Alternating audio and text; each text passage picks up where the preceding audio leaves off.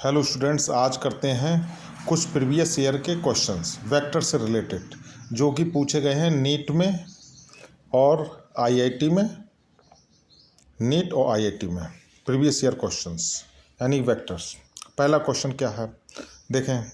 ये क्वेश्चंस एक बार नहीं कई बार आ चुके हैं, खुद में कॉन्सेप्ट हैं। Two non zero vectors A vector and B vector are such that, condition दे रखी है mod of A vector plus B vector is equal to mod of A vector minus B vector.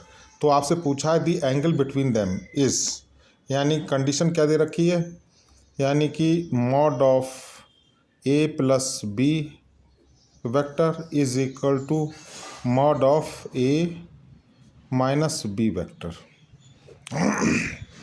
Squaring on both side, दोनों तरफ square कर दो, यानी कि squaring on both sides, squaring on both sides, squaring on both sides. अब open कर लें, देखें। मॉड ऑफ ए वेक्टर इसका square plus mod of B vector इसका square plus 2 times mod of A vector और मॉड ऑफ बी वेक्टर और cos theta equal, बिल्कुल ऐसे ही इधर हो जाएगा, मॉड ऑफ ए वेक्टर का square plus mod of B vector का स्क्वायर। क्लियर। इधर हम लिख देते हैं, इधर माइनस है तो -2 mod of A vector mod of B vector और कॉस थीटा। ये आ जाएगा, क्या आ जाएगा, कॉस थीटा। सिंपल फॉर्म में लिख लें, A square plus B square plus 2ab cos theta is equal to A square plus B square minus 2ab cos theta. Simplify कर लें, ए स्क्वायर कैंसिल हो गया, बी स्क्वायर कैंसिल हो गया, तो इधर आ गया 4ab cos theta is equal to 0। लिख सकते हैं ab cos theta is equal to 0। तो देखें यहाँ पर a तो होगा नहीं इक्वल 0 के, b भी नहीं होगा इक्वल 0 के, तो यही पॉसिबिलिटी है कॉस थीटा होगा किसके, 0 के। तो कॉस थीटा कॉस 90 डिग्री, तो थीटा कितना हो गया, 90 डिग्री। यही आ गया आंसर, कितना आ गया, 90 डिग्री। रेडियन में लिख सकते हैं थीटा π/2, ये भी आंसर हो सकता है, ठीक है, 90 डिग्री या π/2। यानी कि रेडियन में करने के लिए 90 डिग्री को मल्टीप्लाई कर दें π/180 से, तो आ जाएगा π/2। तो ऑप्शन कौन सा हो जाएगा इसमें सही, सी, यानी कि सी इज करेक्ट। देख लें एक बार फिर। अब नाउ सेकंड क्वेश्चन क्या है, the angle theta between the vectors P vector and unit vector. तो देखो हमने पी वेक्टर ये इसमें दे रखा है, कितना दे रखा है, I unit vector plus J unit vector plus के यूनिट वेक्टर, और हमने मान लिया लेफ्ट ए वेक्टर किधर है, ये यूनिट वेक्टर है अलोंग एक्स एक्सिस, ये ए वेक्टर है unit vector along x axis. तो हम इसको लिख सकते हैं इस तरह से ए वेक्टर, या हम इसको आई यूनिट वेक्टर इसको हम ऐसे भी लिख सकते हैं, और हम लिख सकते हैं ए यूनिट वेक्टर। यहाँ पर भी वेक्टर ए का मैग्नीट्यूड है कितना, 1, क्योंकि यूनिट वेक्टर लिखा है, इसको हम इस तरह से भी लिख सकते हैं, A unit vector is equal to i unit vector. दोनों ही पॉसिबिलिटी हैं, ठीक है, दोनों ही तरह से लिख सकते हैं। अब आपसे पूछा है कि इन दोनों के बीच एंगल क्या है, the angle between theta between vectors P and unit vector. तो हम क्या करेंगे, नाउ वी हैव, अब हमें मालूम है डॉट प्रोडक्ट, जैसे P vector dot A unit vector, तो पी वेक्टर का मैग्नीट्यूड ए यूनिट वेक्टर का मैग्नीट्यूड और कॉस थीटा। तो सीधे हम लिख सकते हैं cos theta is equal to क्या लिख सकते हैं, P vector dot A unit vector over P vector का मैग्नीट्यूड और ए यूनिट वेक्टर का मैग्नीट्यूड। सॉल्व कर लें।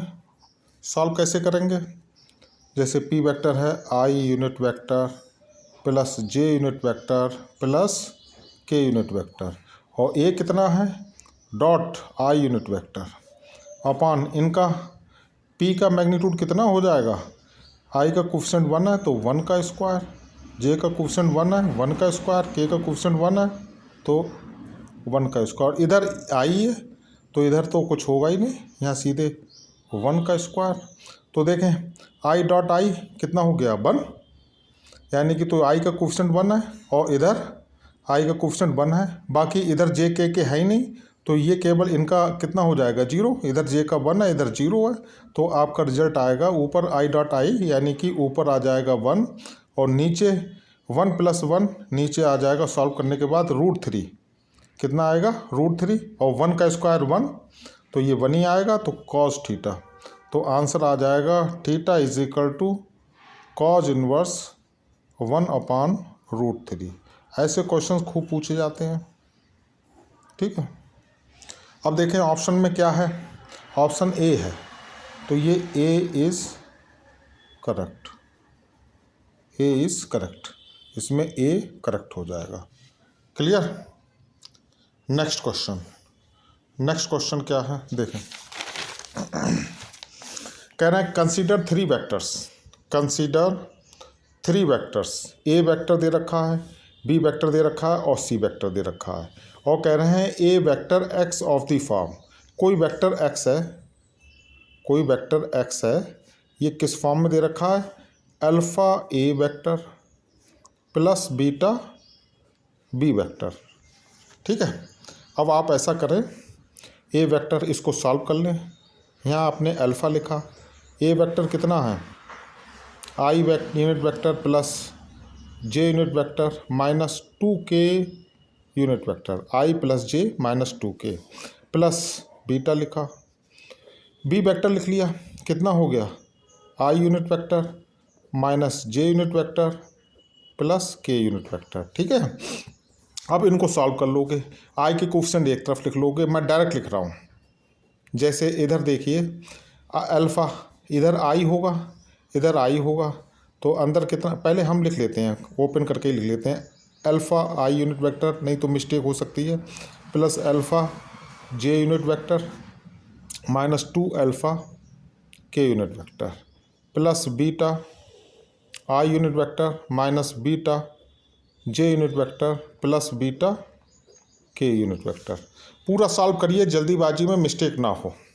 अब देखिए इसमें आई कॉमन ले लीजिए तो ये कितना आएगा अल्फ़ा इसमें प्लस बीटा, क्लियर। आई यूनिट वेक्टर को बाहर लिख लीजिए। अब जे है और इधर जे है, इधर जे है इधर जे है तो प्लस अल्फ़ा माइनस बीटा, इधर कितना हो गया जे यूनिट वेक्टर और इधर अब देखिए के, तो इधर कितना है हमने प्लस लगाया तो इधर हो गया ब्रैकेट में -2 अल्फ़ा और इधर हो गया प्लस बीटा और इधर कितना हो गया के यूनिट वेक्टर, के यूनिट वेक्टर का कोफिशिएंट कितना -2 अल्फ़ा, इधर के यूनिट वेक्टर कितना बीटा, तो इस फॉर्म में लिख लिया एक्स। अब क्या कह रहे हैं, आपसे कह रहे हैं कि A vector X of the form is perpendicular to C, तो ये गिवन कंडीशन दे रखी है, गिवन है जो एक्स है ये परपेंडिकुलर है किसके सी के, तो कंडीशन हमारी क्या होती है परपेंडिकुलरिटी ऑफ 2 वेक्टर्स, यानी कि एक्स वेक्टर और डॉट सी वेक्टर, इसका डॉट प्रोडक्ट कितना होगा 0। अब हम इसको सॉल्व कर लें, यहाँ हम लगा दें अल्फ़ा प्लस बीटा आई unit vector plus alpha minus beta जे unit vector plus -2 alpha plus beta into के यूनिट वेक्टर और डॉट सी वेक्टर हमारा कौन सा है ये है। देखें यहाँ आप डॉट इसका डॉट करेंगे देखो इसमें स्पेस कम रह गया, फिर भी मैं कोशिश करूँगा लिखने की। 2i unit vector minus 3j unit vector. देखिए -3j यूनिट वेक्टर और प्लस 4k मैं नीचे लिख दे रहा हूँ, प्लस 4k यूनिट वेक्टर। ठीक है, इनका डॉट प्रोडक्ट कितना होगा? 0। कितना होगा? 0। इधर स्पेस कम था तो हमने प्लस 4k यूनिट वेक्टर इधर लिख दिया, तो x की जगह x लगाया, c की जगह c लगाया, इक्वल टू 0, इक्वल टू 0। और आपसे पूछा गया है कि ratio of alpha and beta. अब देखिए i डॉट i कितना हो गया? 1। तो इधर कोफिशिएंट कितना है? Alpha plus beta. i का इधर कोफिशिएंट कितना है? 2। अब हमने नेक्स्ट j का कोफिशिएंट कितना है? Alpha minus beta. और इधर j का कितना है? -3, तो -3 प्लस इधर k का कोफिशिएंट कितना है? -2 अल्फ़ा प्लस बीटा। और इधर k का कोफिशिएंट कितना है? 4। ये किसके बराबर होगा? 0। अब इसको मैथमेटिकली आप सॉल्व कर सकते हैं। कैसे कर सकते हैं? करें, देखें 2 अल्फ़ा प्लस 2 बीटा, इधर -3 अल्फ़ा और माइनस माइनस प्लस 3 बीटा। और इधर देखिए -4 2 जा 8 अल्फ़ा और प्लस 4 बीटा, ये आ गया। अब देखें इधर कितना है? 2 अल्फ़ा। 2 अल्फ़ा में से -3 अल्फ़ा तो माइनस अल्फ़ा बचा, और माइनस अल्फ़ा और माइनस तो -9 अल्फ़ा। इधर 2 बीटा है, 2 बीटा और 3 बीटा कितने हो गए? 5 बीटा। 5 बीटा और प्लस 4 तो 9 बीटा। 9 बीटा बराबर 0, तो ये आ गया 9 beta is equal to 9 alpha. तो ये आ गया implies alpha is equal to beta. तो हम इम्प्लाइज लिख सकते हैं अल्फ़ा अपॉन बीटा, तो इसका रेशियो आ गया 1/1। ये कितना आ गया? 1। इसको हम इस तरह से लिख सकते हैं अल्फ़ा रेशियो बीटा, ये आ गया 1/1। क्लियर? ऑप्शन कौन सा है? ऑप्शन हो जाएगा 1 सही। कौन सा हो जाएगा ऑप्शन? ये ऑप्शन हो जाएगा A is correct. A is correct. I hope समझ में आया होगा। इसको अपने आप करने की कोशिश करें कॉपी में। अब नेक्स्ट क्वेश्चन देखें। नेक्स्ट क्वेश्चन क्या है? देखें, कह रहे हैं a force F is equal to this acts on a particular whose position vector this, what is the torque about the origin. Torque का फार्मूला आपको मालूम होना चाहिए, कितना होता है? R cross F. इसमें सीधे सीधे क्रॉस प्रोडक्ट आ जाएगा। क्रॉस प्रोडक्ट कैसे करते हैं हमने पहले बताया था, आई यूनिट वेक्टर, जे यूनिट वेक्टर, के यूनिट वेक्टर। क्लियर? अब इसके एलिमेंट लिखे, पहले आर के लिखे। आई का क्या है? कोफिशिएंट 1। आई का क्या है? 1। जे का कितना है? -2 और के का कितना है? 1। क्लियर? इधर आई का कितना है? 5। इधर जे का कितना है? 2। इधर के का कितना है? -5। क्लियर? अब इसको सॉल्व कर लो। कैसे करोगे?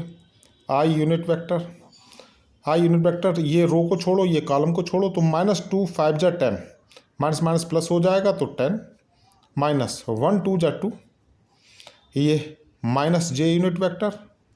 अब ये रो छोड़ें, ये कॉलम छोड़ें, तो ये आ जाएगा 1 मल्टीप्लाइड बाई -5, तो -5, माइनस साइन लगाया, 1 मल्टीप्लाइड बाई 5, तो ये 5 आ गया, और ब्रैकेट क्लोज, फिर के यूनिट वेक्टर, फिर के यूनिट वेक्टर। अब देखें ये रो छोड़ें, ये कॉलम, ये पहले हम बता चुके हैं, 1 2 जा 2, तो 2, माइनस लगाया तो -2 मल्टीप्लाइड बाई 5, तो -10, और -10 यहाँ माइनस ऑलरेडी है तो +10 मैं डायरेक्ट कर देता हूँ। अब ये देखिए 10 -2, 10 -2 कितना आ गया? ये आ गया आपका 8 आई लिख सकते हैं। -5 -5 तो -10, और माइनस माइनस प्लस, तो +10 जी, और इधर +12 के। यही आपका आंसर होगा। ये आ गया टाउ। क्लियर? देखें कौन सा ऑप्शन है? 8i + 10j और प्लस 12k। आपका पहला ही ऑप्शन सही है, 8i plus 10j plus 12k, यानी कि A is correct. I hope ये भी समझ में आया होगा, सिंपल सा है और आप कर सकते हैं। नेक्स्ट देखें क्वेश्चन, ये देखिए बहुत इंपॉर्टेंट है। कह रहे हैं कि the square of resultant of two equal forces is 3 times their product, angle between the forces. हमने मान लिया let P and Q we two forces, clear. अब गिवन क्या है, इन्होंने जो P और Q फोर्स हमने दो माने हैं, ये दे रखे हैं equal, P is equal to Q, ठीक है। और इन्होंने कहा the square of the resultant, इनका रिजल्टेंट R है तो R स्क्वायर। ये क्या कह रहे हैं, जो R है यानी कि the square of resultant of two equal forces is 3 times their product, ये 3 times PQ। अब यहाँ से देखिए PQ बराबर है तो R square is equal to, Q की जगह भी P लिख सकते हैं, तो ये कितना हो जाएगा 3P स्क्वायर हो जाएगा, क्लियर। अब सीधे क्वेश्चन हो गया सॉल्व। आप जानते हैं क्या होता है, R square is equal to P square plus Q square plus 2PQ cos theta, clear. अब R कितना गिवन है, R आपने निकाल लिया 3P स्क्वायर, और ये P स्क्वायर है ही, और Q P के बराबर है तो P स्क्वायर, तो ये Q P के बराबर है प्लस 2P स्क्वायर और कॉस थीटा। अब सिंप्लीफाई कर लो, देखो इधर 3P स्क्वायर इधर जाएगा तो माइनस 2P स्क्वायर, तो 2P स्क्वायर कॉस थीटा, इधर कितना हो गया P square 2P square cos theta, तो कॉस थीटा आ गया P square upon 2P square, cut गया तो 1/2। अब देखें कॉस 60 की वैल्यू होती है, ये होती है कॉस 60 डिग्री की वैल्यू, तो थीटा कितना आ गया 60 डिग्री। अब ये तो है डिग्री में, रेडियन में कैसे निकालेंगे थीटा, 60 डिग्री पाई अपॉन 180, इससे मल्टीप्लाई कर दीजिए डिग्री, तो 6 3 18, तो थीटा कितना हो जाएगा पाई अपॉन 3, ये रेडियन में आ जाएगा। ऑप्शन कौन सा हो जाएगा इसमें सही, ऑप्शन हो जाएगा डी इज करेक्ट, यानी कि डी इज करेक्ट। देख लें, समझ में आया होगा सभी को, ठीक है। अब नेक्स्ट क्वेश्चन पे चलते हैं, देखें क्या है, the value of P so that the vectors this are coplanar should be. अब देखिए 3 वेक्टर दे रखे हैं, एक वेक्टर ये दे रखा है, एक वेक्टर ये दे रखा है, एक वेक्टर ये दे रखा है, और कह रहे हैं कि ये क्या है कोप्लेनर, तो हमने मान लिए लेट ए को मान लिया हमने 2i माइनस जे प्लस के मान लिया, दूसरे वेक्टर को हमने मान लिया b, ये i unit vector plus 2j unit vector minus 3k unit vector, ठीक है। तीसरे वेक्टर को हमने मान लिया, ये a हो गया 2i माइनस जे प्लस के, ये b वेक्टर हो गया i plus 2j minus 3k। ऐसे ही c को हमने मान लिया, ये तीसरे वाले को 3i unit vector plus pj और प्लस 5k यूनिट वेक्टर, ठीक है।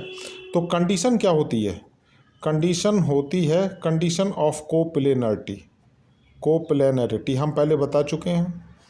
ये होती है स्केलर ट्रिपल प्रोडक्ट कैसा होता है, 0 होता है, यानी कि A B C 3 वेक्टर अगर कोप्लेनर हैं तो उनका स्केलर ट्रिपल प्रोडक्ट कितना होता है 0। अब आप इसको सॉल्व कर लें मैथमेटिकली, फिर मॉड लगाएंगे। अब A के एलिमेंट्स कितने हैं 2, I यूनिट वेक्टर का कोफिशिएंट कितना है 2, J का कितना है -1 और K का कितना है 1, क्लियर। और B का देखो, I का कितना है 1, J का कितना है 2 और K का कितना है -3 और C का कितना है 3, C का I का 3 है और J का कितना है P कोफिशिएंट और K का कितना है 5। इसको आराम से करेंगे, मिस्टेक ना हो, सिंप्लीफिकेशन में। तो देखें 2 लिखा, 2 5 जा 10 माइनस, अब देखिए -3, ये -3p आएगा, क्रॉस मल्टीप्लिकेशन करेंगे तो यहाँ +3p कर दें। क्लियर। अब देखें यहाँ पर माइनस है, यहाँ ऑलरेडी माइनस है, तो माइनस माइनस कितना हो जाएगा, मैं कर देता हूँ डायरेक्ट +1। ये माइनस लिखेंगे फिर इसका माइनस तो प्लस हो जाएगा, मैं डायरेक्ट कर रहा हूँ। अब ब्रैकेट लगाया, 1 5 जा 5। क्लियर। और माइनस, अब देखिए -3 3 जा 9, तो -9, यहाँ माइनस है तो +9। अब +1 अब +1, अब देखें 1p, तो ये p आ जाएगा, और -2 3 जा 6, ये आ जाएगा, और = 0। अब सॉल्व कर लो। सॉल्व कैसे करोगे, 2 10 जा 20, 2 3 जा 6p। अब देखिए 5 9 कितने हो जाएंगे, 14। इधर कितना हो जाएगा, +p, और -6 = 0। देखें 6p और p कितना हो गया, 7p। और इधर देखें 14 14 - 6 कितना हो गया, 8। तो 8 इसमें तो +28 = 0। तो 7p = -28, तो p = -28/7, 7 4 जा, तो p की वैल्यू कितनी आ गई, -4। कितनी आ गई, -4। ऑप्शन में देखेंगे, हाँ है, तो ये है बी, यानी कि इसमें ऑप्शन जो है B is correct. Clear, option B is correct. Next question देखें, 7 बहुत इंपॉर्टेंट है, खूब पूछा गया। कह रहे हैं कि a.b = 0। It means A vector perpendicular है किसके, बी के, और ऐसे ही ए वेक्टर डॉट सी वेक्टर ये दे रखा है 0। इसका मतलब क्या चीज़ है, यानी कि ए वेक्टर परपेंडिकुलर है किसके, सी के, यानी ए वेक्टर बी और सी दोनों के परपेंडिकुलर है। अब देखें यहाँ पर मैं फिगर से समझाता हूँ, ये वेक्टर प्रोडक्ट की डेफिनेशन से हमने समझाया। अब देखें यहाँ पर, यहाँ बी है, यहाँ सी है, ठीक है, इनके बीच कोई भी एंगल है, तो देखें यहाँ पर, यानी ये ओ पॉइंट ले लें, तो ये इधर कितना हो जाएगा, इधर हो जाएगा आपका B क्रॉस C। ठीक है, B क्रॉस C। तो ये जो B क्रॉस C है, जो B क्रॉस C है, ये B के भी परपेंडिकुलर है, B के भी परपेंडिकुलर है, और जो B क्रॉस C है ये A के भी परपेंडिकुलर है, C के, sorry, B cross C B के भी है और C के भी है। अब देखें यहाँ पर, यानी कि ये BC, तो यहाँ पर क्या हो गया, ये किसके बराबर हो गया, ये हो गया A के बराबर। तो यानी कि देन, यानी कि आप कह सकते हैं जो B क्रॉस C है B के भी परपेंडिकुलर और B क्रॉस C के भी परपेंडिकुलर, तो ये कंडीशन मैच हो रही है। तो B क्रॉस C किसके, तो यानी कि जो A हो गया वो किसके बराबर हो गया, B क्रॉस C के बराबर हो गया।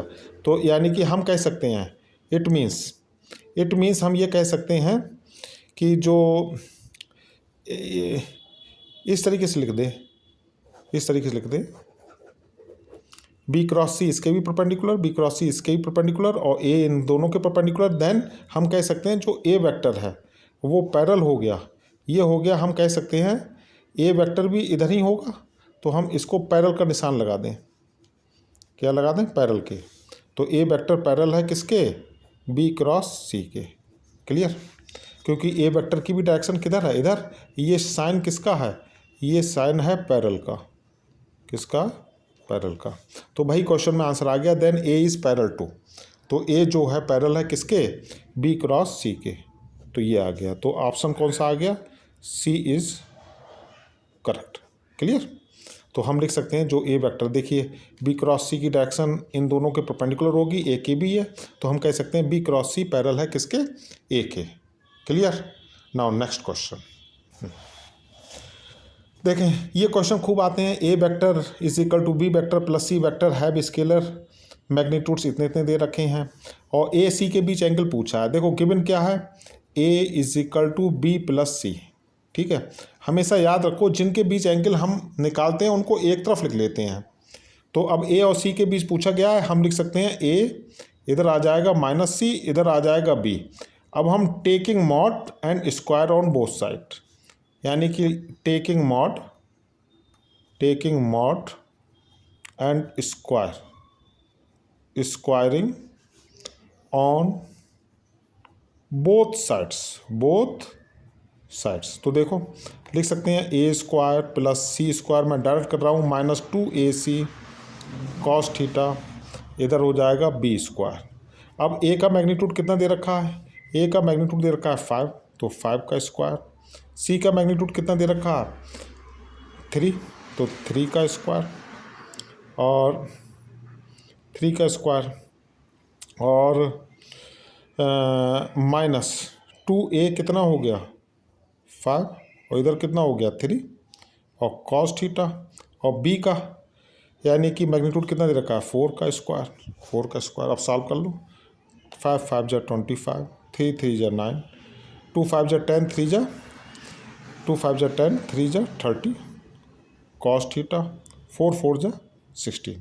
अब ये इधर ले जाओ, देखो इधर जब लाओगे तो 25 प्लस 9 कितने होगा, ये होगा 5 और 34 minus 16 is equal to 30 cos theta, implies 30 cos theta. इधर कितने हो गए 16 गए, तो 16 2 जा 32 और तो 18 बचा, तो cos theta is equal to 18/30।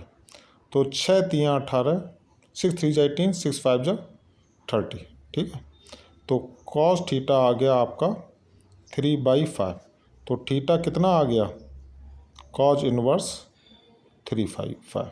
Clear, तो ऑप्शन कौन सा हो जाएगा, ए इज करेक्ट। ऑप्शन हो जाएगा ए इज करेक्ट। क्लियर, एक इसका दूसरा भी मेथड है फिगर के हिसाब से। देखें बी प्लस सी, इधर बी दे रखा है और इधर ये सी दे रखा है और इधर ये ए दे रखा है। ठीक है, और ये पूछा है किस किस के बीच में पूछा है, ए के और सी के बीच पूछा है, तो थीटा मान लें। तो यहाँ से जो कॉस थीटा हो जाएगा बेस सी कितना है, सी है आपका 3 और ये ए कितना है, ए है आपका 5। तो यहाँ से आसानी से आ जाएगा, थीटा कितना आ गया कॉस इनवर्स 3/5। तो ये भी सेकंड मेथड, फिगर से सॉल्व कर सकते हैं तो फिगर से कर लीजिए सॉल्व, और नहीं तो ये हमने बता ही दिया। ठीक है, कोई दिक्कत नहीं, थोड़ा ये लेंथी है और आंसर एग्जैक्ट आएगा, और इसमें आसानी से कभी कभी फिगर बनने में परेशानी हो जाती है तो हम ये यूज़ कर लेते हैं। नेक्स्ट क्वेश्चन, अब कौन सा 9th क्वेश्चन देखिए। 9th क्वेश्चन क्या है, कह रहे हैं for any two vectors A and B if A dot B, condition दे रखी है ए डॉट बी। ऐसे क्वेश्चंस खूब आते हैं, ए क्रॉस बी। क्लियर, तो ये हो गया A B cos theta, A B cos theta हो गया, इधर ए बी साइन थीटा हो गया, ये कैंसिल हो गया, तो इधर 1, इधर sine theta upon cos theta, तो tan theta is equal to 1। तो tan 45 की वैल्यू होती है, कितनी होती है 1, तो थीटा कितना आ गया 45 डिग्री। आपने एंगल निकाल लिया वेक्टर ए और वेक्टर बी के बीच में कितना 45 डिग्री। अब आपसे पूछा क्या गया है, पूछा गया है the magnitude of C vector. इन्होंने कहा सी वेक्टर का मैग्नीट्यूड क्या होगा, C is equal to A plus B. ठीक है, तो हम भाई करेंगे, हम इसको लिख सकते हैं भाई, इसको मॉड करके स्क्वायर कर दें, तो ये कितना हो जाएगा C square is equal to A square plus B square plus 2ab cos theta. इन ए बी के बीच में एंगल कितना है 45 डिग्री। क्लियर, तो ये देखिए सी को हम अब रूट इधर लगा लें, A square plus B square, A square plus B square plus 2ab cos 45 की वैल्यू होती है 1/√2, तो ये कैंसिल हो गया √2 तो आंसर आपका आ गया c = a² plus b² plus √2ab। ये आपका आ गया आंसर। क्या आ गया आपका आंसर c = दिस। है कोई? ये देखें, इसमें ये d है, कौन सा है? ये रूट में है, ये पूरा रूट है, तो ये option D is correct. Option D is correct. Clear? ये रूट है, हल्की लाइन है, इसको समझ जाना। क्लियर? अब नेक्स्ट क्वेश्चन देखें, ये भी बहुत इंपॉर्टेंट है। देखें, if A vector and a2 vector are two non collinear unit vectors and if this vector is equal to √3 then the value of this. तो सबसे पहले a1 वेक्टर और a2 वेक्टर में क्या निकालें? एंगल निकालने हैं। और ये कौन से हैं? ये हैं यूनिट वेक्टर, इनका मैग्नीट्यूड क्या है? 1। तो हम सबसे पहले स्टार्टिंग कहाँ से करेंगे? a vector plus a2 vector, और इसका हम स्क्वायर कर दें और √3 का भी हम स्क्वायर कर दें। तो देखें, a1 वेक्टर का मैग्नीट्यूड का स्क्वायर, a2 वेक्टर के मैग्नीट्यूड का स्क्वायर प्लस 2a1 वेक्टर का मैग्नीट्यूड, a2 वेक्टर का मैग्नीट्यूड cos थीटा, ये कितना हो जाएगा? 3। क्लियर? तो इनका मैग्नीट्यूड कितना है? 1। इसका भी 1 है क्योंकि ये यूनिट वेक्टर दे रखे हैं, प्लस ये 1 तो ये 2 cos theta is equal to 3। तो यहाँ पर कितना हो जाएगा? 2 + 1 + 1 2 cos theta is equal to 3। तो इम्प्लाइज 2 cos थीटा 3 - 2 ये इज इक्वल टू 1। तो यहाँ cos थीटा कितना आ जाएगा? 1/2। कितना आ रहा है? 1/2। तो यहाँ से ये किसकी वैल्यू है? cos 60 डिग्री की। तो थीटा कितना आ गया? 60 डिग्री। सबसे पहले आपने जो a1 यूनिट वेक्टर है और a2 यूनिट वेक्टर है, इनके बीच क्या निकाल लिया? एंगल निकाल लिया। वो कितना आया? 60 डिग्री। अब इसकी वैल्यू आपको फाइंड आउट करनी है, यानी कि क्या दे रखा? a1 - a2 dot 2a1 vector plus a2 vector. अब देखें कैसे करेंगे, सिंपल सा है, इसका डॉट करें। देखो a1 वेक्टर, मैं एक स्टेप करके दिखा रहा हूँ, 2 टाइम्स a1 वेक्टर, और फिर a1 की इससे मल्टीप्लाई करी, फिर a1 की इससे मल्टीप्लाई करो, plus a1 vector dot a2। ऐसे ही अब इसकी करो, इसकी ये माइनस साइन आ गया तो यहाँ माइनस a2 लिख दिया, डॉट 2 टाइम्स a1 लिख दिया। ऐसे ही plus minus plus minus a2 dot a2। अब देखिए यहाँ पर इसमें a1 कितना होगा? cos 0। इसका मैग्नीट्यूड कितना हो जाएगा? अब जैसे इसमें a1 डॉट a1 तो मैग्नीट्यूड कितना है? 1। इसका मैग्नीट्यूड कितना है? 1। तो आप लिख सकते हैं, मैं सिस्टमेटिक लिख के दिखा दे रहा हूँ, 2a1 इसका स्क्वायर हो जाएगा मैग्नीट्यूड और cos 0 डिग्री हो जाएगा। भाई a1 है तो 0 थीटा कितना होगा? 0 डिग्री। यहाँ mod of a1 mod of a2, और अब a1 a2 के बीच में कितना है? cos 60 degree. यहाँ पर देखिए 2 इधर ले लें, -2, तो यहाँ पर भी कितना हो जाएगा? यहाँ a2 का मॉड और a1 का मॉड कितना हो जाएगा? cos 60 degree. और यहाँ पर देखें माइनस, अब यहाँ देखें a2 डॉट a2 तो ये कितना हो जाएगा? a2 का मॉड का स्क्वायर और cos 0 डिग्री। अब cos 0 1 होता है, इसका मैग्नीट्यूड कितना होता है? 1। तो ये 2, यहाँ पर इसका मैग्नीट्यूड कितना हो गया? ये हो गया 1 का स्क्वायर और ये 1 हो ही गया। इसमें देखें इसका 1 × 1 और cos 60 कितनी हो गई? 1/2 -2 इंटू इसका मैग्नीट्यूड 1 और 1/2 और माइनस इसका मैग्नीट्यूड 1 का स्क्वायर और × 1। अब इसको सॉल्व कर लो। अब मैं डायरेक्ट करता हूँ। देखो 1 का स्क्वायर 1 और मल्टीप्लाइड बाई 1 1, तो यहाँ 2 आ जाएगा। 1 1 1 यहाँ प्लस 1/2 आ जाएगा। यहाँ देखें यहाँ कट गया 1, तो ये कितना आ जाएगा -1 और ये -1। अब देखें यहाँ पर -1 -2 2 2, तो ये वैल्यू आ गई 1/2। इसमें कौन सा ऑप्शन हो जाएगा? सी। इसमें ऑप्शन हो जाएगा सी इज़ करेक्ट। क्लियर? ये फिर से देखें, अपनी कॉपी में करके देखें। यहाँ A1 A2 क्या है? यूनिट वेक्टर्स हैं। ठीक है। अब now next 11th question. 11th question क्या है देखें। कहना है कि sides of a parallelogram are represented by vectors P this and Q this, then area of parallelogram. तो कुछ नहीं, जो एरिया है, एरिया ऑफ पैरेललोग्राम, हमने फार्मूला बताया था, ये होता है क्रॉस प्रोडक्ट पी वेक्टर यानी इस साइड का cross product P into Q, P into Q. Clear? अब इसमें क्रॉस प्रोडक्ट ले लें और उसका मैग्नीट्यूड ले लें। तो सबसे पहले हम क्रॉस प्रोडक्ट निकाल लें, पी इंटू क्यू। कैसे निकालेंगे? पहले हम बता चुके हैं, आई यूनिट वेक्टर, जे यूनिट वेक्टर, के यूनिट वेक्टर। क्लियर? तो पी के कोफिशिएंट कितने हैं? आई जे के 5 है, जे का कितना है? -4 है, के का कितना है? 3 है, के का कितना है? 3 है। ऐसे क्यू का कितना है? 3 है, जे का कितना है? 2 है और के का -1। अब क्रॉस प्रोडक्ट करें। सबसे पहले देखें कैसे करेंगे। आई लिखा यूनिट वेक्टर।